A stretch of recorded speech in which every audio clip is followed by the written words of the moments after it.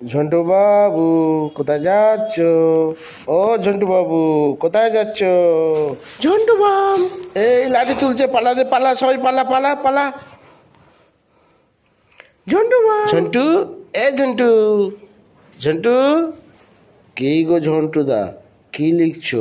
ঝন্টু দা, তুমি ছাড়া কিন্তু অফিস যাবে না। কি রে সমু, আজকের অফিসে আসতে দেরি করলি? আর বলিস না, মাথাটা খুব ধরেছিল। ঝন্টুদার বামটা খুব ভালো কাজ করে। কি হলো, কি হলো রে? আরে ইয়ে তো টেবিলে শুয়ে পড়লো রে, এই ইয়ে তো টেবিলে শুয়ে পড়লো, মরে মরে গেল রে, মরে গেল, মরে গেল রে, মরে গেল। এ তো পেনটা পুরো কপালে ঢুকে গেছে রে। এক্ষুনি ডাক্তারখানা নিয়ে চ, এক্ষুনি নিয়ে চ, নিয়ে চ, নিয়ে চ। ডাক্তারবাবু, ডাক্তারবাবু, এনাকে একটু দেখুন ডাক্তারবাবু। আপনারা একটু সরুন। এনার তো পেনটা পুরো কপাল ফুঁড়ে মাথার ভেতরে ঢুকে গেছে। ইনি আর বেঁচে নেই। এখন পুলিশকে ডাকা ছাড়া কোনো উপায় নেই। Order, order.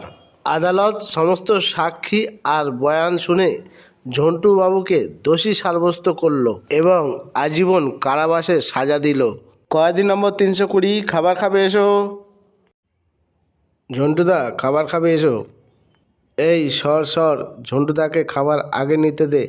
ঝন্টুদার মতো লোক পাওয়াই যায় না। দিন দিন ঝন্টুদা, থালাটা আগে দিয়ে দিন। আরও লাগলে বলবেন।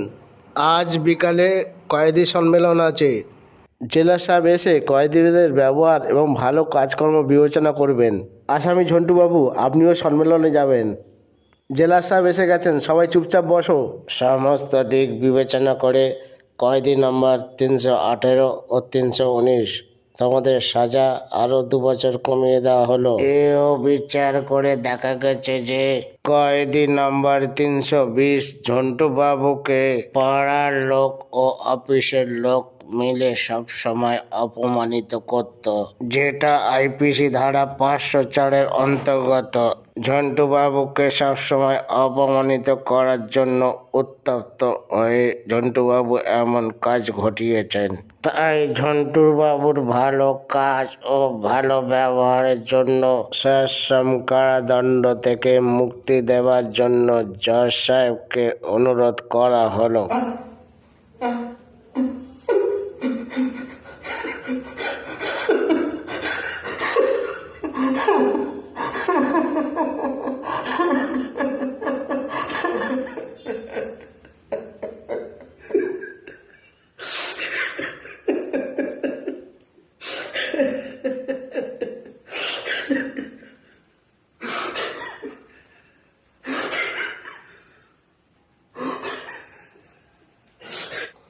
কি গো, তুমি কেমন আছো? ওগো তুমি, ওগো তুমি এসেছো।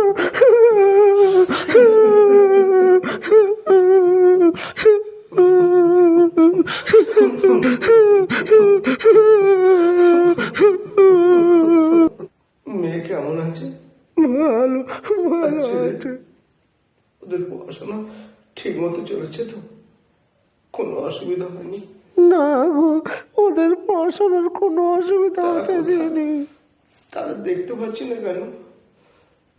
কি মজা, কি মজা, বাবা এসেছে, বাবা এসেছে, কি মজা, কি মজা।